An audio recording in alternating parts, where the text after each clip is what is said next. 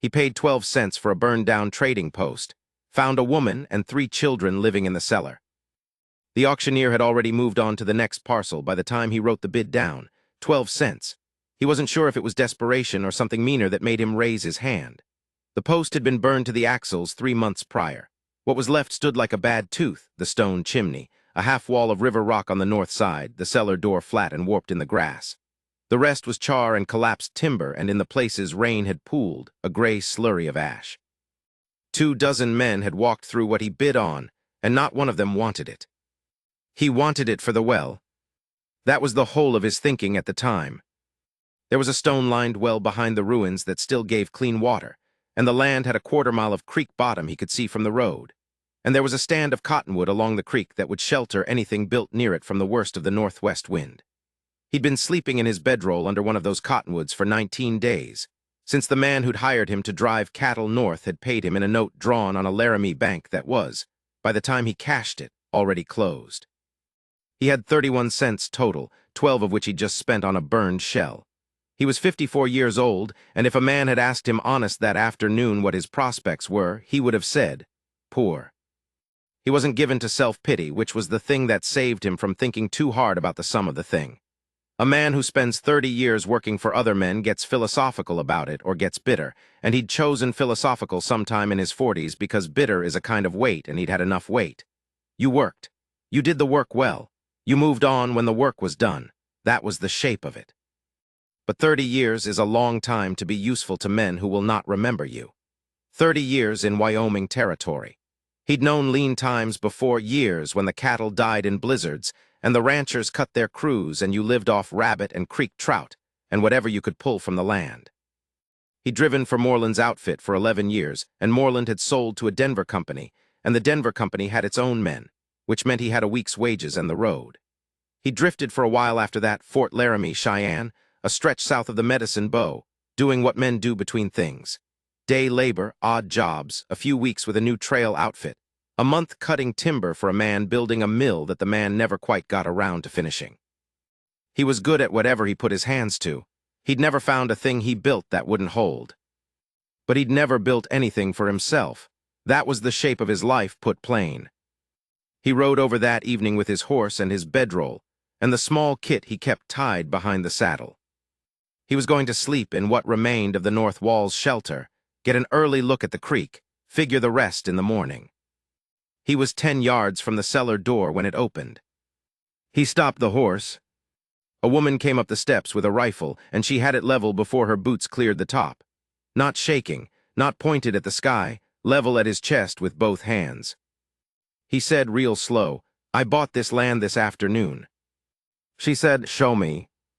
He reached into his coat, careful, so she could see both his hands the whole time, and pulled out the slip of paper the county man had given him. He held it out at arm's length. She didn't move from the doorway. "Bring it here," she said. He swung down from the horse and walked it forward and held the paper out. She read it without lowering the rifle. Then she lowered it, not all the way, but some. "We've been here 6 weeks," she said. "I can see that. I have 3 children. I don't doubt it." They stood there a minute. The evening light was going orange and flat over the burned timbers, and the grassland beyond the creek ran gold and still. He could hear the water from where he stood. "What are you going to do?" she said. It wasn't quite a question. He took his hat off and looked at the ruin around them, at the stone chimney standing without a house under it, at the good condition of the well casing he could see from here, at the creek bottom and what was growing along it. "Build," he said, "if there's anything left worth building with." She looked at him a long time. Her name was Cora Hale. He didn't know that yet, he would know it the next morning, but he knew something about her just from the way she stood at the top of those steps.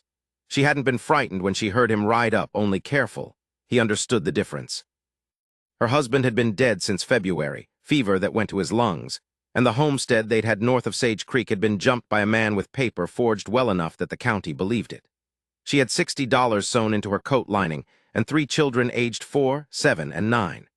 She had walked 12 miles with them to this ruin because she knew the cellar and the well and the creek. She and her husband had traded here twice the summer before it burned. She had not asked for anything from anyone, and she was not about to start. He understood all of that without her saying most of it. You spend 30 years in this country, you learn to read what a certain kind of steadiness costs a person. The ones who haven't broken, who have been pushed and have held, they carry it in how they stand. "I'll sleep under the cottonwood," he said, "same as I have been." She considered that. "The cellar is warmer, the children are already asleep." "I know. I'm not inviting you to sleep in it." "I didn't take it that way." She looked at him another moment. Then she went back down the stairs and the cellar door closed over her. He tied his horse at the cottonwood, 20 yards from the ruin, and lay his bedroll in the same spot he'd been using for 19 nights. The cold came in slow from the north, the way it does in September when the summer is still arguing with it. Before he slept, he could hear, very faint, a child coughing below ground. A young child's cough, loose catching. He lay there listening to it and to the creek running over the rocks, and he thought about what a roof costs compared to what cold costs, and eventually he slept. He was up before light. He spent an hour walking the property in the dark, the creek line, the stone foundation, what timbers hadn't burned through, the condition of the well casing. It was something he'd always done on new land, walked it dark, before the shapes resolved into what they were going to be, when you could feel the ground and the drainage and the weather patterns without your eyes making assumptions. You learned things in the dark that your eyes would decide for you in the light. What he learned that morning was that the north wall was the right wall to start with, and that the well casing was in better shape than he'd expected, and that the creek bank had a spot of firm, well-drained ground where something useful could go in the spring, a small building, a lean-to something. He filed that away. He worked with his hands in the dark, feeling the joints where the stone was still set solid, gauging the weight of beams he might lift, testing the char on the timber faces the way Geddes had taught him, press with your thumbnail. If it goes through, the beam's hollow inside. If it holds, you've got wood. He had built enough things in his life to know what could be saved. The answer here, he thought, was more than most people would expect. The oldest child came out of the cellar at sunup and stood watching him from the doorway. Boy, 9 years old, with his mother's eyes and a serious expression that said he'd been the man of whatever situation he was in since February. He nodded at the boy. The boy didn't move. "What are you doing?" the boy said. "Looking at what we've got to work with." "There's not much." "There never is." He turned and looked at the boy. "You know how to pull nails?" "Yes." "Good, there's timber in that fallen on the south end. Most of it looks burned, but I need to know what's solid underneath. Bring me anything the nail comes out of clean, means the wood didn't go through." The boy studied him a moment to see if the instruction was real. Then he went to find something to pull nails with. Cora came up 20 minutes later with the 2 younger ones. The 4-year-old had a cough she was carrying on her hip, one hand rubbing his back without thinking about it, the way you do when something has become automatic. The 7-year-old, a girl named Ruth, immediately followed her brother to the pile of burned timber and began ferrying small boards with the absolute purpose of a child who has worked out exactly how things work and intends to do her part. He had nothing to offer them for breakfast.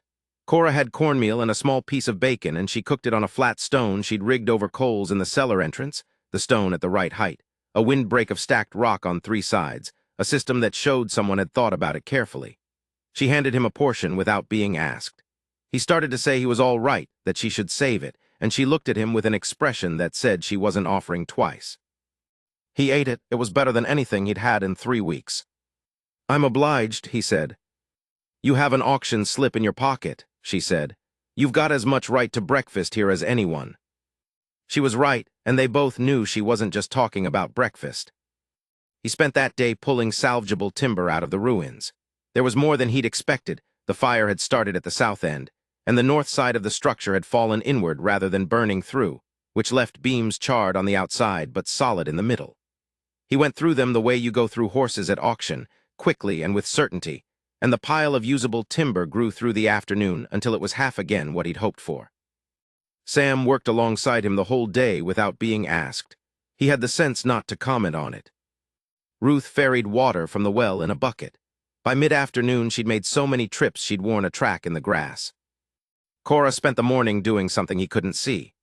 By afternoon, she had repitched a piece of canvas over the cellar entrance so that the opening had a real roof against the wind, and she'd banked the fire stone so it would hold heat longer into the evening. She had also, he discovered at nightfall, moved his bedroll 8 inches, just enough so it wasn't in the low spot where runoff would collect if it rained. He didn't say anything, but he noticed. That was how it went, those first weeks. Not a partnership declared or agreed to. More like two parallel efforts that kept benefiting each other without either of them naming it. She kept her affairs, and he kept his, and both of them kept a distance that was a courtesy, not a wall. He rode into McAllister that first week, a half-hour ride when the road was dry, and spent 3 of his remaining cents on a sheet of paper and a pencil, and sat at a back table in the dry goods and wrote a letter to Dix Beaudry. Beaudry ran the biggest supply concern in Cheyenne and had been doing so for a very long time. He was Cheyenne-born on his mother's side and had grown up between 2 worlds in a way that made him comfortable in neither one and therefore at ease in both. He lent money the way most men won't, on character, not on paper, because he had enough experience to know the difference, and because he had once said to a man who questioned his methods, "A man's record is the only security worth taking. If the man fails, the paper fails with him. If the man holds, he finds a way." He had known Beaudry for 22 years, not well, enough that his name meant something on a letter. He wrote it out plain, the property, what it had cost, what he intended, what the loan would need to be, calculated to the dollar. He told Beaudry what the land had cost and what the failed banknote had cost him, which was the closest he came to saying how broke he was. He sealed it and paid a cent to have it carried south and rode back to the ruin. Beaudry's man came out 10 days later. His name was Prout, a quiet, watchful man in a good coat who spent 2 hours on the property without talking much. He looked at everything, the foundation, the timber stack, the well casing, the work already done. He walked the creek bank. He went down into the cellar and came back up with the expression of a man adjusting a calculation. He looked at Cora for a moment. He looked at the children. He left without saying much. The letter from Beaudry came back 12 days after that. It said, $200 against the land and your work. Come to Cheyenne or I'll send a wagon. Tell me what you need. He stood with that letter for a while. He thought about $200. He thought about what it meant that a man in Cheyenne was willing to back a ruin and a burned well and 30 years of other men's cattle on the strength of a letter. He folded the letter and put it in his coat. He found Cora at the cellar entrance, teaching Ruth something, her hands over the girl's hands, showing her some way of working with her fingers. He waited until she looked up. "I got a loan," he said. "Enough to build with. Frame, lumber, nails, tin for a roof, enough goods to stock a store by November if the weather holds." She looked at him. "I'm not making you an offer," he said. "You're here and the children are here, and when the store opens it'll need someone to run it because I'll be building and doing the supply runs. But you decide what you want to do." She held his look for a moment. "All right," she said. He sent word to Beaudry's man, and 3 days later a wagon came up from Cheyenne, frame lumber tied in bundles, kegs of nails, a roll of tin sheet, an assortment of hardware. He stood in the road watching it come and thought about the particular feeling of materials arriving at your own land. He had unloaded 100 wagons in his life, someone else's lumber, someone else's wire, someone else's grain, and the physical work was the same, but the feeling was different. The driver handed him the bill of lading, and he signed it, and the signature meant, "This is mine." He stood with the bill in his hand after the wagon had gone back south, and he read his own name on it. Then he went to work. He stood in the road watching it come, and tried to remember the last time materials had been delivered to land that was his and couldn't, because it had never happened. He built the first wall that afternoon. He built the way he'd always built, without wasted motion, without pausing to admire what was done, always at the next thing. A man named Geddes had taught him framing back in the Laramie years, a man who'd put up half the buildings in the territory before the railroad came. Geddes had a saying he repeated until it was a kind of itch. The wall you're looking at is already done. He'd thought that was foolishness when he was young. He understood it now. Sam worked alongside him every day. The boy was stronger than he looked and quick to understand what was needed. He held things where they needed to be held, fetched what needed fetching, kept his mouth shut during work and opened it when there was something worth saying. He had not met many 9-year-old boys worth working alongside. This one was. Ruth kept the water coming and swept the site at the end of every day, dragging a cottonwood branch through the sawdust and wood chips until the ground was clear. He didn't ask her to. She started on the third day and never stopped. It was the kind of thing you see in a child who has been paying close attention to how things are supposed to be done. James, 4 years old, mostly sat in the sun with a scrap of wood and examined the building going up with an expression of deep philosophical concentration, as though he were working out whether something this large was actually possible or only appeared to be. He still coughed. Not worse, but not better. That was the thing he kept coming back to when he lay under the cottonwood at night. Not the store, not Beaudry's loan, not the respectability of having walls. A warm room for a 4-year-old who coughed in the dark. He moved faster because of that. He started the roof before the south and west walls were fully framed because the roof was what mattered, what kept the cold from the cellar entrance, what gave them something to be under. He worked at height on an incomplete structure and was careful in ways he might not have been otherwise. He laid the tin sheet over the north half first, the cellar door side. He packed rope and burlap into the gap at the chimney. He worked until it was too dark to see, and then he stopped, because working blind at height gets you dead, and dead men don't finish anything. Cora brought a lantern to the edge of the work area on 3 evenings. Not to help, she was reading or mending or doing something with the account book she'd started keeping. But he had light to work by anyway. Neither of them said anything about it. The cellar door went back on new hinges in the 3rd week. He'd taken it off, planed the edges square, replaced the iron hardware with a heavier set from McAllister. He hung it back and swung it twice. It closed with a weight and solidness the original never had. He turned to move on to the next thing. Cora was standing at the top of the stairs. She looked at the door, pulled it open and let it fall shut, opened it again and let it close. "When did you do the jam?" she said. "Tuesday." She nodded once, the nod that means something more than it looks like. James stopped coughing by the end of that week. Sam told him on a Friday morning, without looking up from the splitting he was doing, the way a 9-year-old boy gives news he doesn't know how to give without it becoming too large. "James slept the whole night through," he said. "Didn't cough." He said good. He caught 2 fish that day and cooked them that evening, and all 5 of them ate in the low doorway of the half-built structure, with the light going amber in the west, and James, who did not cough, fell asleep against Cora's arm before it was over. He lay under the cottonwood that night and felt something settle in him that he couldn't have named. He went back to the letter from Beaudry the next morning and read it again. $200 against the land and your work. He thought about the word work, not the land, the work. Beaudry had been in this country long enough to know that land without a man to work it was just dirt, and that a man who would work was worth something separate from the paper under his feet. He thought, Beaudry has bet on me. He hadn't had that feeling in a long time. The feeling of someone putting something of their own on the line because they believed he would hold. It had a weight to it, that belief. It was a thing he did not intend to waste. McAllister was its own education. He went in twice a week, sometimes 3 times, and each trip he understood the town a little better. It was the kind of place that had gotten along by being harder than everything that tried to undo it. The winters, the distance from anything, the ranchers who came and failed and the ones who stayed and didn't. The men he met were watchful and not unfriendly, which was the best you got out here, and they had a specific kind of respect for anyone who looked like they were doing a thing the right way.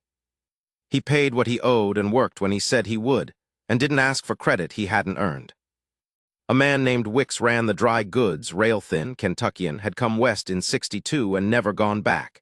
He watched him buy nails with the concentration of a man taking inventory. On the 3rd visit, he said, "What are you building out there?" "A store. We've got a store." "Then you know what one looks like," he said.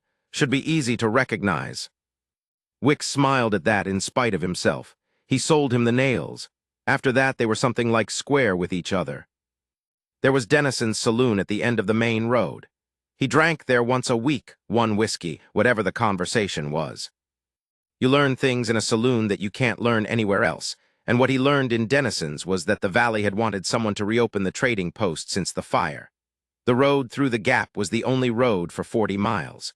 2 other men had looked at the burned-out post and walked away. Most people thought the land would sit ruined until it reverted. Nobody expected what was going up out there. He said nothing to encourage or discourage the talk. He listened and rode home. The 3rd wall went up on a Tuesday in October. He'd been on the property 7 weeks. People from McAllister started coming out around that time. Not shopping, there was nothing to sell yet but looking. He let them look. He answered questions straight and didn't perform anything. Garrett rode out in the second week of October. He was the biggest rancher in the valley, 3 sections east of the creek, cattle and horses, had been in the country since before most of the current population arrived. He was gray-haired and deliberate, a man who did nothing without reason, and he walked the property without being invited. He looked at the framing, he looked at the roof, he walked the creek bank, he stood at the cellar entrance a while. "Framing's tight," he said. "It'll hold. What are you putting in here?" "General goods, hardware, seed in the spring." Garrett looked at him. "Beaudry's backing you." "Yes." Garrett nodded at the cellar door. "Is that the widow with the children?" "Her name's Cora Hale." "I know who she is, knew her husband." "Good man," he paused. "Didn't think she'd have taken up with anyone." He looked at Garrett steadily. "She hasn't taken up with anyone. She's here on her own standing, same as she was before I came. She stays because she has a right to stay and because she's running the books when we open. That's the whole of it." Garrett held his eyes for a moment. Then he nodded, the nod of a man who has got the answer he came for. "All right," he said. He walked to his horse, then stopped. "That cellar door, the old one never closed right." "I know," planed it square and rehung it. "My wife's been saying for 2 years someone ought to fix that door." He mounted. "Tell Mrs. Hale that Garrett said hello." He rode back toward the road. Cora had been in the half-open doorway during that. He didn't look back at her. He picked up his mallet and went back to work. She brought him coffee an hour later, set the cup on the beam beside him and didn't say anything. He didn't look up. "Thank you," he said. "Don't flatter yourself, the pot was full." But she didn't leave. She stood in the cold with her arms folded, looking at what he'd built. "Garrett will spread it around," she said. "Good. What you said about me. It's what's true. They'll draw their own conclusions about the rest of it. They would have anyway." She was quiet then. "Do you mind it?" He set the mallet down and looked at her. She was watching him in the same level way she'd watched him that first evening, not guarded, not testing, just honest. "No," he said. "I don't mind it." She picked up the cup he hadn't poured from yet and went back inside. He watched her go, then he picked up the mallet. He lay under the cottonwood that night looking at the stars and thought about what he'd said. He'd spent 30 years not belonging to any place, which meant he'd been past minding what people thought for a very long time. But you had to have something at stake to mind. And he was beginning to understand that he had something at stake again, or the possibility of it anyway, which was close enough to the thing itself to take seriously. The fourth wall went up the first week of November, ahead of the first hard freeze by a week. He roofed it in 2 days, and then the building was enclosed and real. He built a stove box for the chimney. He spent 2 days on the counter, pine, planed, smooth, longer than it needed to be. And he didn't think too hard about why he'd put that time into a counter except that he'd wanted it right. He put a window in the back room, a real window fitted square in the east wall that would let the morning light in. He didn't mention it to Cora, he just did it. Beaudry sent a supply wagon in the first week of November. He laid the goods in and put up 2 sets of shelves on the north wall, pine boards he'd cut and planed himself. He arranged the stock by what men would come for first. Cora stood in the doorway one morning, looking at all of it for a long time. "You built a store," she said. "That was the idea. In 4 months. About that." She came in and ran her hand along the counter. Slow, feeling the grain. "What do you need to make this run?" she said. "The numbers." He told her the loan amount, the monthly payment, what the goods had cost, what he needed to clear each month to break even, what the path looked like if the traffic was what he expected. She listened without interrupting. When he was done, she said, "You're undercounting the labor costs." "I'm not paying anyone." "You're paying yourself. Every day on a supply run is a day you're not building the repair bench. That has a cost." He looked at her. "I can keep the books," she said. "Properly. I grew up behind a counter. My father kept the books for a dry goods in Columbus for 20 years. I know what I'm doing." "You don't need to do that." "I know I don't." She looked at the window she hadn't asked about, the morning light coming through it across the floor. I'm offering because this is worth keeping." He looked at the window, too. "All right," he said. She opened the store the 1st of December. He'd been on a supply run, and when he came back there was a sign above the door hung straight, letters painted neat and black. Hale and Company, General Goods. He sat on the wagon looking at it. His name wasn't on it, not in any way a stranger would read it. He knew what she'd done. He knew it was deliberate from a woman who didn't do anything that wasn't. He sat there a minute, thinking about what it meant that she'd put that up before he got back. He put the horse up and brought the last of the supplies inside. Cora was behind the counter setting tins on the shelf. "Hale and Company," he said. "You have an objection?" He thought about it. He held the word company in his mind. "No," he said, "I don't have an objection." She looked at him then, the same look she'd given the framing and the roof and the counter, to see if a thing would hold. She had apparently decided. "Good," she said, and went back to the tins. The first customers came that afternoon. 2 ranch hands from Garrett's place who'd been sent for tobacco and left with it and other things besides, and spread the word on the ride home. By the end of the first week, they were seeing men from 4 ranches, 2 homesteads, and a trapper who came down from the hills twice a year. He could feel the town deciding what to make of this place. He stood in the door one Friday afternoon watching the road go empty and thought about the shape of his life. 30 years making himself useful to men who would not remember his name after he was gone. Always somewhere that wasn't his. Always useful, never permanent. He'd thought that was the contract, your labor for their bread, your skill for a bunk to sleep in, and nothing at the end. Sam came and stood beside him. The boy had a habit of doing that now, standing where he was in the evenings, not needing anything, just there. "What are you looking at?" Sam said. "The road." "Is someone coming?" "No." The boy stood there a minute, comfortable in the quiet, which was a thing not every 9-year-old boy could manage. Then he went back inside. He heard Cora's voice asking him something and Sam's answer, and then it was quiet. He came in and closed the door against the cold. The first month's books showed 11% over his projection. Cora showed him on the last Sunday of December, a ledger she'd set up with a system he wouldn't have thought of, 3 columns tracking inventory against cost against sale price, so you could see the margin at a glance. Her handwriting was clean and small, and you could read it from across the table. "The tools moved faster than the dry goods," she said. "In January, we should add another hardware line and reduce the fabric. And I've been thinking about a post office designation." He looked up from the ledger. "Wicks handles the McAllister mail," she said, "and he's particular about it. If we apply for the road contract instead, the post comes through the gap anyway, we'd be a stop on the route and it would bring people in." He looked at her. "What?" she said. "I was just thinking that Beaudry's man could have looked at this ledger for an hour and not seen what you saw in 10 minutes. She was quiet a moment. Then, "My father lost the Columbus store by not watching the margin close enough. I watched it happen." She closed the ledger. "I watch everything." He understood she wasn't just talking about ledgers. The winter came in hard in December, the way Wyoming winters do, not gradually but all at once, as if the cold had been stacking up behind a door and someone finally opened it. The snow came on a Tuesday and didn't stop for 4 days, and when it did the Gap Road was closed, and McAllister might as well have been in another country. He wasn't worried about that. He'd spent enough winters in Wyoming to know how to live inside one. He'd laid in wood through October and November, splitting and stacking along the north wall until the pile was higher than his head, and the store held heat well because he'd built it too.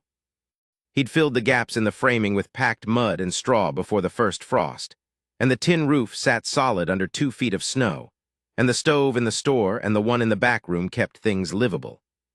What he hadn't anticipated was what it felt like to be inside it with other people. He'd wintered alone for a long time. He'd spent winters in bunkhouses, which was being alone in a crowd, and he'd spent winters on the trail when there was no bunkhouse, which was being alone in a hard way. He'd gotten used to the particular quality of solitude that comes from having nothing to protect, and no one who depended on you and know where particular you needed to be at any given moment. It was not an unpleasant feeling, exactly. It was just the feeling of a man who has nothing at stake.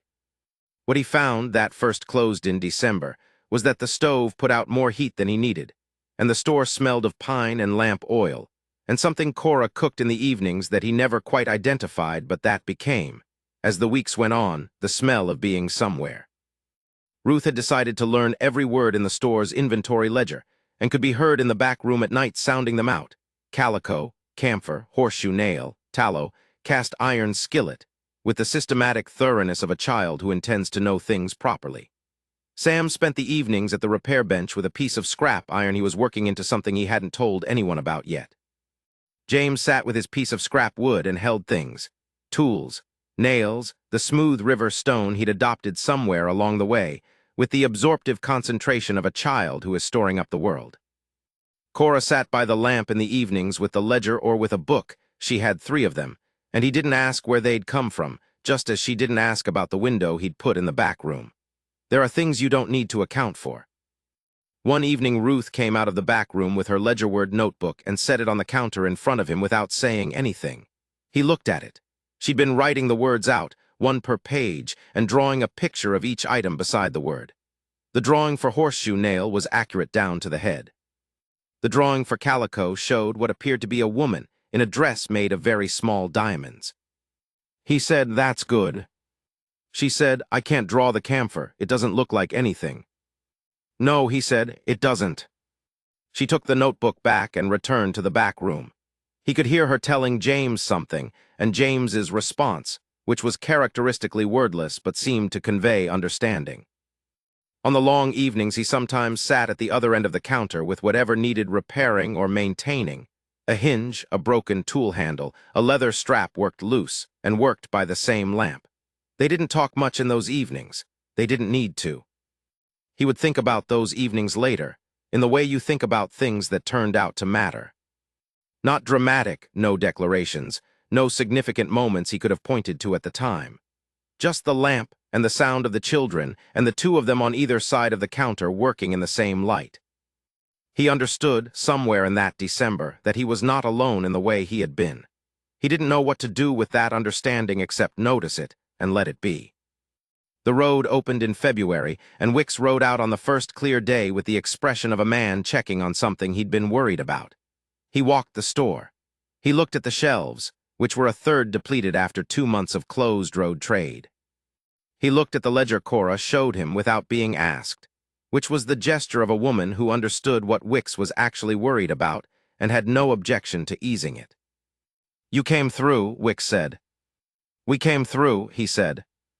Wicks nodded. He bought a pound of coffee and rode back to town.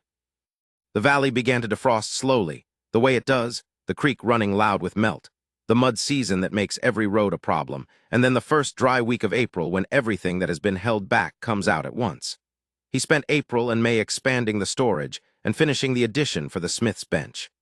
The repair work had already started coming in, men who'd put off fixing things all winter and needed them ready for the spring work. He was charging fair rates and doing good work, and the word traveled the way it does in a country where the distances make any reliable service worth knowing about. In January, a man came through the gap from the north, a drummer out of Denver peddling patent medicines, and he stopped at the store and bought coffee and tobacco and stayed an extra hour looking at what was there and how it was arranged and what kind of traffic came through. When he left, he said to nobody in particular, "That's a good operation for this kind of road." He said it in the way of a man who'd seen 100 operations on 100 roads and knew the difference. That was in January. By February, 3 new ranches were regular customers, and a homestead family named Briggs had started coming every 2 weeks from 7 miles north, and McAllister itself was buying from them rather than freighting everything down from Cheyenne. Wicks wasn't happy about that. He came out one February afternoon and walked the shelves with the expression of a man taking inventory and losing the argument he'd already made to himself. "Your prices are the same as mine," he said. "On most things. You're closer to the gap traffic." "Yes." He looked at Wicks. Wicks was a fair man, if a cautious one. "I'm not trying to run you out," he said. "There's enough for both, and more if the pass stays open longer with the new survey road. What I'd suggest is you carry what you carry well and let us carry the rest, and we send people your way when you've got what they need." Wicks thought about that for a long time. "Your boots need resoling," Wicks said finally. "I know." I've got a new cobbler's kit in back. Trade you the Rizzoli for a crate of your lamp oil. He thought about it. 2 crates, Wicks said. It's a good kit. He said, all right. They shook hands. Wicks had his boots 3 days and brought them back with new soles and heels and the leather cleaned and polished, and that was the end of whatever friction had been between them. Beaudry came out himself in March. He rode up on a big gray horse on a Tuesday morning and walked the property the way Prout had walked it, but slower. And he spent an hour with the ledger and came out looking at Cora with an expression that wasn't quite surprise. He looked at both of them and said, "You'll clear the loan by June." "We think May," Cora said. Beaudry looked at her for a moment, then he looked at him. "Are you partners?" He glanced at Cora. She said, "Yes." Beaudry was quiet. He walked to the door. "Come see me in June after you've cleared it. There's a smith setup available in Cheyenne. Man died last winter and his family is selling the full kit. Forge, bellows, anvil, the works. It'd go into what you were telling Prout about a repair bench." He said, "That's more than I asked for." "I know what you asked for. Come see me in June." He opened the door. "I didn't expect any of this when I gave you that first loan." "I know. I gave it on 30 years of knowing your name. Glad I was right." He went out and they heard him ride south. The store was quiet. Cora had her hand on the ledger. She was looking at the door. "He's the 4th person to ask that," she said. "Whether we're partners." "I know. Are you troubled by it?"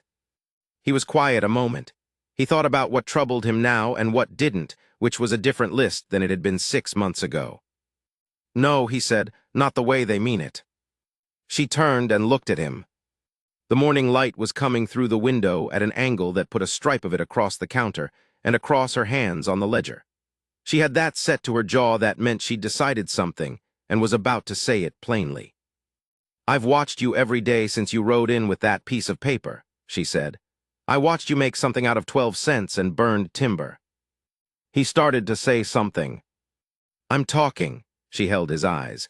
"I watched you tell Garrett what I was to you before I was anything to you. I watched you put a roof on before the walls were done because you understood what mattered first. I watched you fix a door nobody asked you to fix." She stopped. "James doesn't cough." "No. That's because there's a window in the back room. I know why you put it there." He didn't say anything. "I want you to understand something," she said. "I stayed here because I chose to, not because I had nowhere else to go."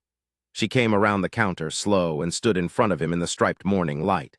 $60 in a coat lining takes you a long way in this country. I had 3 places I could have taken those children. I stayed here." He said, "I know." She put her hand up and laid it flat against his chest. She looked at him. "I'm not saying it again," she said, "so listen." He listened. "This is the best thing I have seen any man build," she said, "in my life, and I have been watching you build it, and I am not going anywhere." He put his hand over hers where it rested against his coat. He could feel her pulse through his palm, steady, deliberate, like everything she did. The light was coming through the window she hadn't asked about, and the creek was outside, and the children were in the back room. "All right," he said. She looked at him the way she'd looked at everything in this place she'd decided was worth trusting, to see if it would hold. She had decided it would. A while ago, he thought. She turned and went back around the counter and opened the ledger to March and picked up the pen. "I've been thinking about the post office designation," she said. "I know," he said. He went and got his coat and started on the day. They cleared the loan in May, as Cora had said. He rode to Cheyenne in the first week of June and sat across from Beaudry in the office above the supply concern, and they talked for 2 hours about the Smith setup and what it would take to make it work and what the terms would look like. Beaudry had the kit at a warehouse on the south side of the city, and they walked through it together. Anvil, forge, the full set of tools, in better condition than Beaudry had suggested. "The man who owned it," Beaudry said, "was the best smith I ever dealt with. He took care of his tools." He ran his hand along the anvil. It was a good anvil, well-balanced, barely worn. "What was his name?" he said. "Callum," Beaudry said. "Thomas Callum had a place on the east side for 20 years. He nodded. He would remember the name. He thought you ought to remember the name of a man whose tools you were taking on. He came back with the smith's kit loaded on a freight wagon and set it up in the addition he'd framed that spring on the south end of the building. The wagon ride back had taken 2 days each way, and he'd spent both nights on the road, sleeping under the wagon the way he used to when he was younger and didn't have anywhere to be. But it wasn't the same. The second night he lay on his bedroll under the wagon with the stars overhead and the anvil above him wrapped in canvas, and he thought about what he was carrying home. Not just the tools, he was carrying them to somewhere, that was the difference. He stopped on the second day at the top of the Gap Road, where you could look down into the valley and see the creek line and the stand of cottonwood and the building he'd put up, the tin roof catching the afternoon light. He sat there a minute. He was a man who had driven that road in both directions many times in the last year and had never stopped to look at it. He stopped now. He could see smoke from the chimney. He went down. The repair bench was open by July. Men came from 12 miles away with wagon wheels that needed fitting and harness hardware that needed replacing and tools that had bent or cracked over a winter of hard use. He was not Callum. He'd never claimed to be a smith, but he was good with iron and he got better with it, and by fall the bench was pulling more than the store on certain weeks. Sam, who was 10 now, had started spending his afternoons at the bench. He didn't ask to. He just started showing up and watching, and then one day he picked up a tool and started on a piece of scrap iron, and the boy's hands were right for it in a way you either have or don't. He showed him what he knew and let him find the rest. Garrett came by one afternoon and watched Sam at the bench for a while. "That's your boy," Garrett said. "No," he said, "he's his own." Garrett looked at him. "You know what I mean." He looked at Sam, who was concentrating on a piece of iron with the total absorption of a boy who has found a thing he's meant to do. "Yes," he said, "I know what you mean." Garrett rode away. He didn't say any more about it.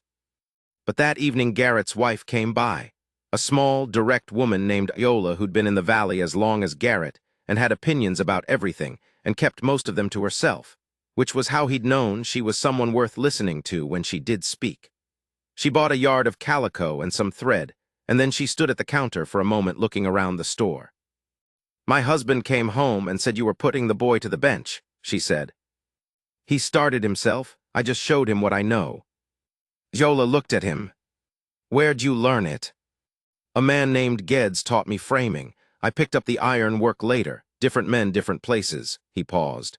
"A man named Callum owned the kit originally. I try to do right by it." Yola thought about this. Is the boy going to be good at it? "He already is," he said. "Better than I was at his age." She nodded once, the same kind of nod Cora had, meaning more than it looked. She picked up her package and went to the door. "That window in the back room?" she said. "Yes." "That was a good thing to do," she said, and went out. He stood behind the counter for a moment after the door closed. Cora came in from the back. She'd heard most of it, probably. "I didn't know Yola Garrett came here," he said. "She comes every 2 weeks," Cora said. "She brought me a pot of soup in December when the road was closed. I didn't tell you because you were busy with the roof leak." She picked up the ledger. "She's the reason 3 of the Homestead families started coming. She told them it was worth the trip." He looked at her. "You were building," she said simply. "I was talking to people." She opened the ledger between the two. He said, "We see most of it." She glanced up. The corner of her mouth moved. "Most of it," she said. The summer moved through its weeks in the particular way of places that have found their rhythm. The bench was busy 3 days of the week. The store was busy every day. The post office box brought people in on Tuesdays and Fridays. On Saturdays, Cora kept the store and he took the supply wagon to McAllister and came back with what they needed for the next 2 weeks. And he'd got to know the road well enough that he knew every place the mud was soft, and every place the bank had undercut, and every stretch where the view opened up and you could see, for a few minutes, across the whole valley. He'd taken Sam on the last 2 runs. The boy was learning the road the same way he learned everything, by paying attention and not asking unnecessary questions. On one of those runs, coming back over the gap in the late afternoon light, Sam said, "Are we going to be here next year?" He thought about that for a moment. "I expect so," he said. Sam nodded. He looked at the road ahead. "I thought maybe you'd leave," he said. "People do." "I know." My father left, he didn't mean to, but he did. He held the reins steady, I know. They rode a while in the quiet. I'm not going anywhere, he said. Sam didn't say anything, but something in the way he sat on the bench shifted, a small settling, a weight put down. They rode the rest of the way down without talking about it again, and he thought, some things you say once and that's enough. You say them and then you go about the work of being true to them, and the work is its own proof. Yola Garrett told Cora in August that the Valley thought well of what they'd built. Cora told him this in the same tone she reported anything factual, not pleased, not dismissive, just noting it. He thought about what it meant to have a Valley think well of you. He'd spent 30 years moving through places that didn't think of him one way or the other. He was the hired hand. He was the man who drove the cattle. He was the man who built the fence. When it was done, you paid him, and he was gone, and nobody thought about him at all. He thought about that, and then he thought about Garrett coming to check on the framing, Wicks trading a cobbling kit for lamp oil, Yola bringing soup in a closed-in December, the Briggs family coming 7 miles every 2 weeks not because it was convenient, but because they'd decided this was the place to come. Beaudry writing out himself. A valley is just the people in it, and the people in it had decided something about him. He didn't know how to hold that exactly. It was not a feeling he had much practice with, being the man a place had decided to keep. He found he didn't want to examine it too closely, the way you don't examine a good piece of light when you have it. You just stay in it while it lasts and do your work and let the day go on around you. He thought, this is what it feels like to be somewhere. He had not been somewhere since he was young. There was a specific evening in late September, just past a year from when he'd stood at that auction, when he sat on the step after the store closed and the creek was loud with rain runoff, and the sky had gone that particular dark blue that comes before the stars, and Cora came out and stood beside him. She had a cup of coffee, which she kept. She didn't bring him one. He thought about pointing that out and thought better of it. They sat in the quiet for a while. "What are you thinking?" she said. "Nothing in particular." She looked at him. "A year," he said. She was quiet, then, "It goes faster when there's work to do." "Yes," he said, "it does." She went back inside. He heard her moving around, putting things in order for the morning, the specific sounds of a woman who knows her own house, which drawer sticks, which board creaks, where the lamp wants to be. He listened to those sounds for a while. Then he went in too. The lamp was still on. The children were asleep. Cora was writing something in the ledger at the counter, and he sat at the other end, and the two of them stayed in the same light the way they had in December, in the closed-in dark, and the creek ran outside and the store held its warmth around them. He thought, I have been alive for 54 years. The post office designation came through in August. It was a small thing, a box, a postal designation, the mail rider stopping twice a week, but it changed the quality of the traffic. People who needed to send letters came out from McAllister. People passing through the gap stopped to post things or pick things up. The store became a kind of hub in a way he hadn't anticipated, and Cora had anticipated before he had. He told her that one evening after the last customer left. "You knew this would happen," he said. She was closing the ledger. "I thought it might." "You knew?" She looked at him. "I thought it was likely." He shook his head. "What?" she said. "Nothing." He looked out the window at the road going gray in the last light.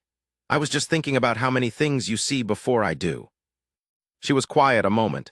"You see the things that need building," she said. "I see the things that need arranging. It's two different kinds of looking." He thought about that.